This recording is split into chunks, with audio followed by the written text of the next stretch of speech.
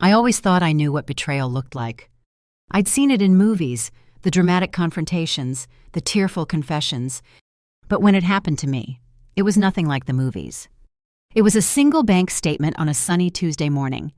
The light streamed through our floor-to-ceiling windows, casting golden patches across our marble kitchen countertops. I remember the weight of my coffee mug in my hand as I stared at the numbers on my laptop screen. $75,000 transferred to Production Services LLC, $42,000 to Image Development, $103,000 to Star Potential Academy. None of these companies had ever been mentioned in our conversations about David's latest film project. I scrolled further, my stomach tightening with each swipe. Over the past 8 months, nearly $500,000 had disappeared from our joint account, money from my father's inheritance. Money that was supposed to secure our retirement, our daughter Emily's graduate school, our future. I took a sip of my coffee, now cold and bitter on my tongue. "David," I called out, my voice echoing through our empty Bel Air home. No answer. Of course not. He was at the studio again. Third night this week he hadn't come home. I reached for my phone, my fingers trembling slightly as I dialed his number. Straight to voicemail. I set down my mug and closed my eyes. After 25 years of marriage, I knew David Thompson better than anyone. The man who'd gone from struggling indie filmmaker to one of Hollywood's most sought-after producers. The man whose career I'd supported by giving up my own in marketing. The man who'd promised we were partners in everything.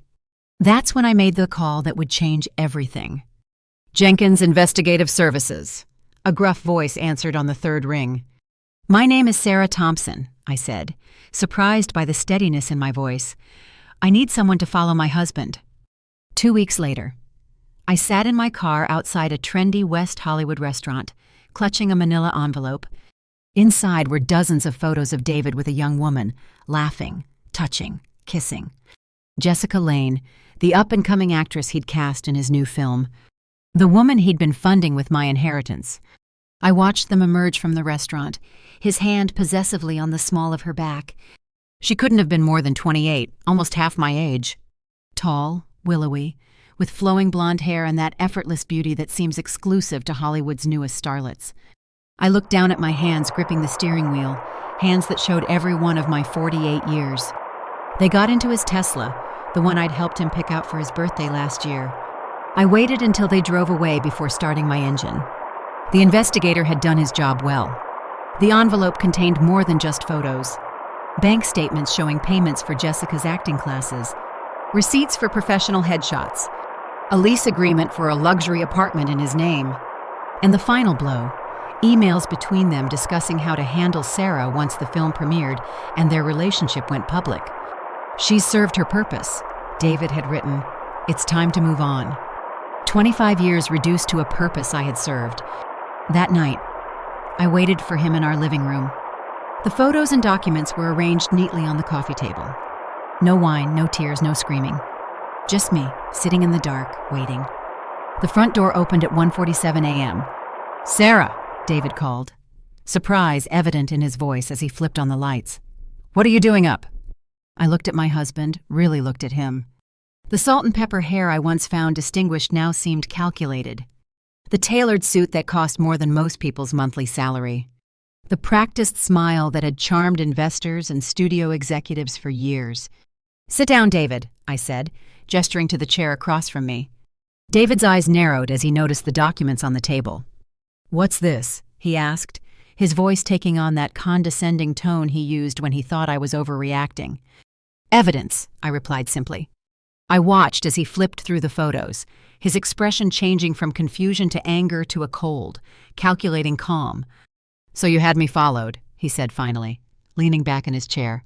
"Classy, Sarah." I laughed, a hollow sound that surprised even me. "That's what you're going with. I'm the one who lacks class in this situation." David sighed, rubbing his hand over his face in that theatrical way he had. The gesture that once seemed genuine but now looked like something he'd practiced in a mirror. "Look, I was going to tell you after the premiere," he said. "Jessica and it wasn't planned. These things happen." "These things happen," I repeated. "Does these things include stealing my inheritance to bankroll your girlfriend's career?" His eyes flickered, the first genuine reaction I'd seen.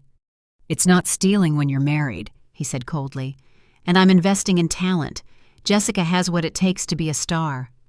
With my money, without my knowledge or consent. David stood up abruptly, pacing the room like he did when pitching to investors. I built all of this, he shouted, gesturing around our home. Everything we have is because of my work, my connections, my talent. Our home was purchased with my family's money, I reminded him quietly. Your first 3 films were financed by my father. David's face contorted with anger. Is that what this is about, money fine? You can have the house. I'll give you a settlement. But I want a divorce. Sarah, it's over. I felt strangely calm as I gathered the documents back into the envelope. You're right about one thing, David, I said, standing to face him. It is over, but not on your terms. His expression shifted to something I'd never seen before, fear. What does that mean? I walked to the door, turning back one last time. It means you have no idea who you're dealing with. The next morning, I drove to Century City, to the offices of Marcus Williams, entertainment attorney. Marcus wasn't just my lawyer, he was one of my oldest friends from before David became successful. His office was sleek and modern, with floor-to-ceiling windows overlooking the Los Angeles skyline. Sarah, he said, rising from behind his desk to embrace me. It's been too long. I sank into the chair across from him, suddenly exhausted. I need your help, Marcus. I slid the envelope across his desk. Marcus maintained his professional composure as he examined each document, but I could see the muscle in his jaw tightening. That bastard, he muttered finally, looking up at me. What do you want to do? I want everything, I said without hesitation. The house, the production company, my inheritance back with interest, and I want him to pay. Marcus leaned back, studying me. The money and assets, we can fight for in court, but making him pay, what exactly did you have in mind? I looked out the window at the city that had been my home for 2 decades. The city where I'd been reduced to the producer's wife at every industry event. Where I'd smiled and networked and supported David's dreams while putting mine on hold. His new film premieres in 3 weeks, I said. The one starring Jessica. It's supposed to be his masterpiece, the one that finally gets him Oscar recognition. Marcus raised an eyebrow, the ghost of a smile playing at his lips. I'm listening. I want to ruin him, I said simply. Not just financially. I want to destroy his reputation. I want everyone in that industry to know exactly who David Thompson really is.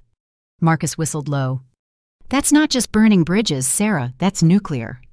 He left me no choice. Marcus nodded slowly, then reached for his phone. I have some contacts who might be able to help us. Tech people, PR specialists. But Sarah, are you sure about this, once we go down this road? I've never been more sure of anything in my life. That evening, I returned to an empty house. David had cleared out his closet and home office while I was gone.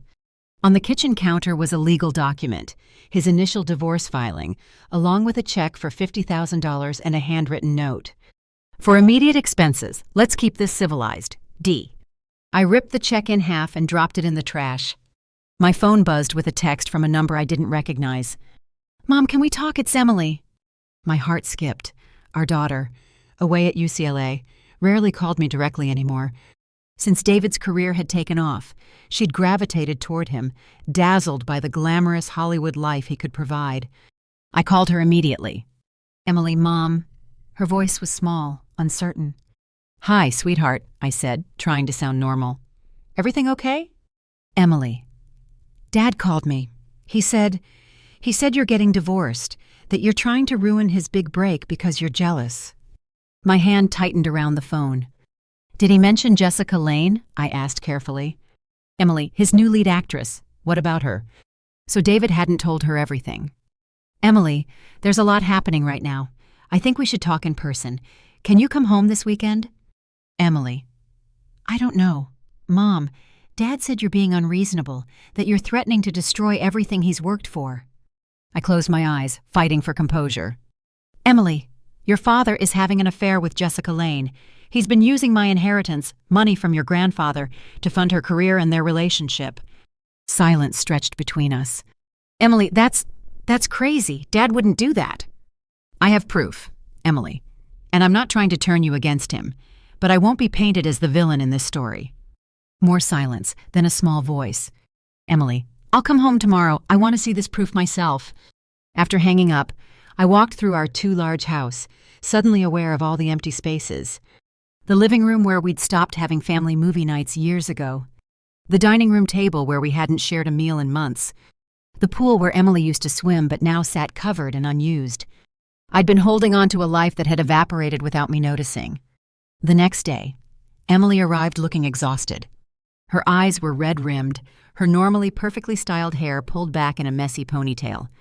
When she saw me, she hesitated for just a moment before wrapping her arms around me. "Mom," she whispered, "I'm so sorry." I held her tight, breathing in the scent of her shampoo, still the same brand from her high school days. "Emily, Dad called me again this morning," she said, pulling back to look at me. "He kept saying you were trying to sabotage him out of spite, that I shouldn't believe anything you show me." I led her to the kitchen where I'd set out the investigators' reports. "Just look," I said, "make your own judgments." For nearly an hour, Emily pored over the documents in silence. I busied myself making tea, giving her space. Finally!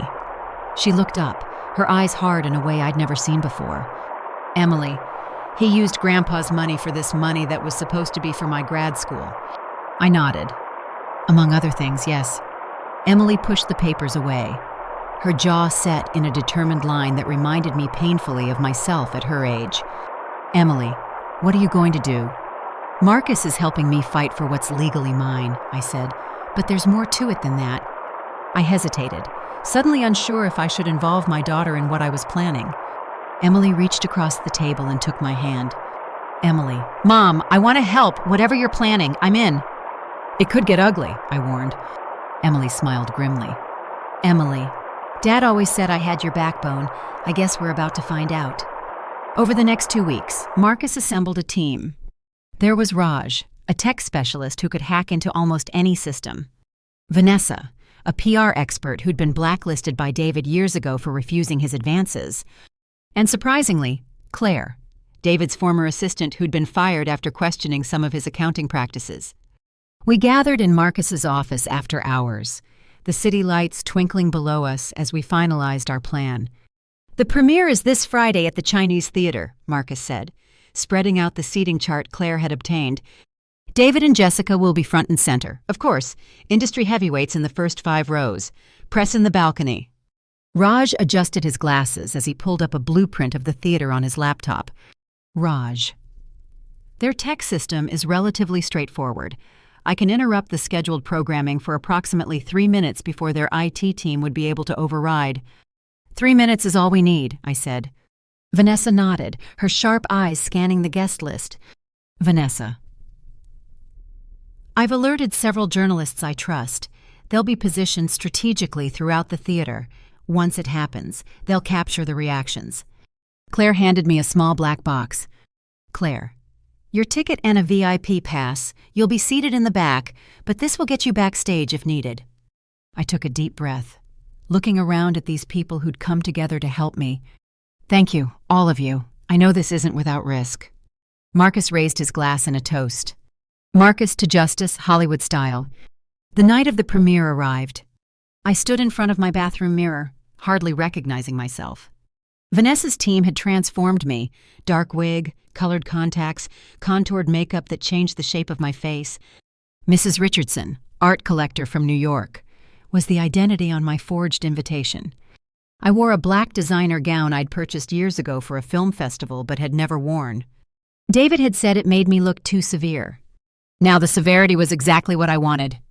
As I fastened my mother's pearls around my neck, Emily appeared in the doorway.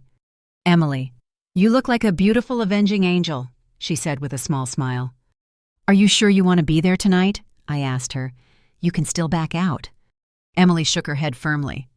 "Emily, no way. I want to see his face when it happens." The drive to Hollywood Boulevard was surreal. Spotlights swept the night sky as we approached the historic Chinese Theater. The red carpet was alive with flashbulbs and shouting reporters. I slipped in through the side entrance with my VIP pass, while Emily used her legitimate invitation. David had sent it before our confrontation. Inside, the theater was a testament to old Hollywood glamour. Red velvet seats, ornate golden dragons climbing the walls, the ceiling painted to resemble a starlit sky. I took my seat in the back row, scanning the crowd. There was David in the front, immaculate in his tuxedo, smiling for the cameras. Beside him, Jessica Lange in a revealing silver gown, playing the part of the ingenue perfectly. The lights dimmed as the studio executives took the stage for introductions. Ladies and gentlemen, we are proud to present the world premiere of Midnight Confession, directed by the visionary David Thompson. Applause thundered through the theater. David stood, waving graciously before taking the microphone. David. "Thank you all for coming tonight," he said, his voice carrying that practiced emotion he'd perfected over the years. "This film represents not just my vision, but the culmination of decades of experience in this industry." He placed his hand on Jessica's shoulder. "David, and it introduces a remarkable new talent, Jessica Lange, who I believe will be the next great Hollywood star." Jessica smiled demurely, batting her eyelashes as she leaned into his touch. "David, before we begin, I'd like to dedicate this film to new beginnings and following your heart, no matter where it leads." The audience applauded again as David and Jessica took their seats. The lights dimmed completely. I held my breath. 1 second. 2 seconds. Then, instead of the studio logo, the screen filled with a bank statement. David's name clearly visible. The transfer of $103,000 to Star Potential Academy, highlighted in yellow. Gasps rippled through the audience. The image changed. Now it showed an email from David to Jessica. "Don't worry about Sarah. Once the film premieres, I'll handle the divorce, the production company, the house. It'll all be ours." Another image, David and Jessica entering a luxury apartment building, time-stamped during production when he'd told me he was working late. Then, most damning of all, a video began to play. David and Jessica in his office at the studio. Jessica, "But what about your wife? Won't she fight this?" David laughing. "Sarah. She gave up her career for me. She has nothing without me, no connections, no skills, nothing. She'll take whatever settlement I offer because she has no choice."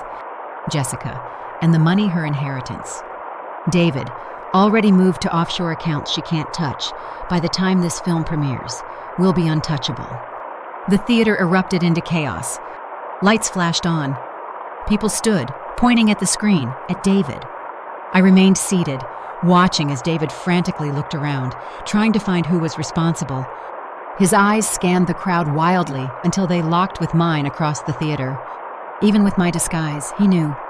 In that moment, I saw everything cross his face: shock, anger, panic, and finally, defeat.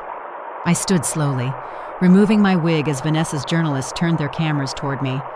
The crowd parted as I walked down the aisle toward my husband and his mistress. Jessica was already backing away, her face pale beneath her makeup. "Sarah," David hissed as I approached. "What have you done?" I smiled, taking the microphone from the stunned studio executive. "Good evening, everyone.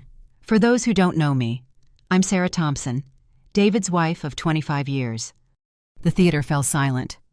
I apologize for interrupting this evening's entertainment, but I thought Hollywood might appreciate the real drama behind this film, how it was funded with stolen inheritance money, how its producer betrayed not just his wife but investors and partners. I turned to face David directly. "You were right about one thing. David, I did give up my career for you. I put my dreams on hold to support yours. But you were wrong about everything else." I gestured to Marcus, who stood at the back of the theater.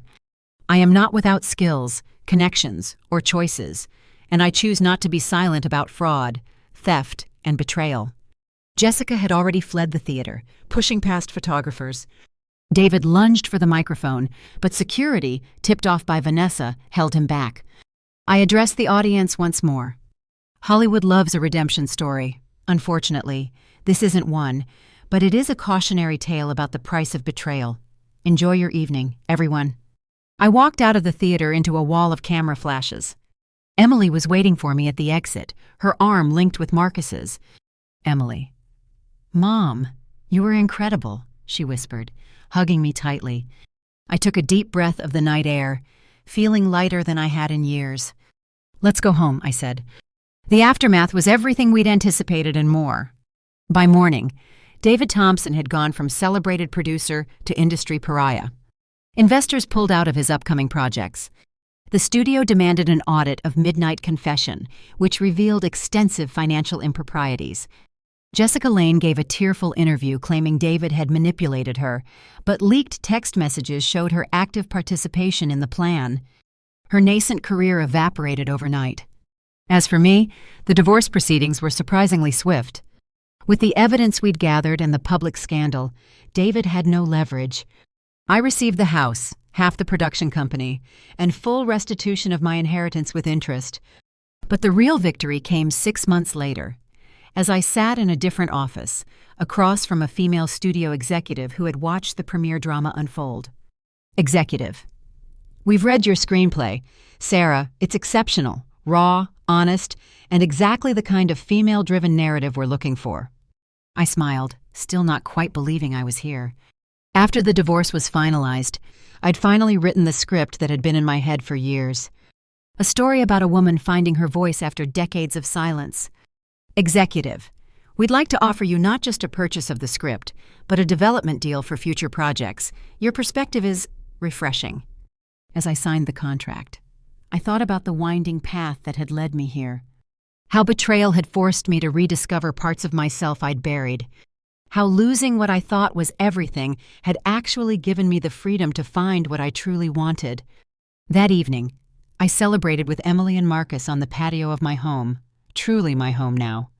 "Emily, to Mom's first screenplay," Emily toasted, raising her glass, "and to never staying silent again." "Marcus, to new beginnings," Marcus added with a warm smile, "on your own terms." I looked out at the sunset painting the Los Angeles skyline in shades of pink and gold.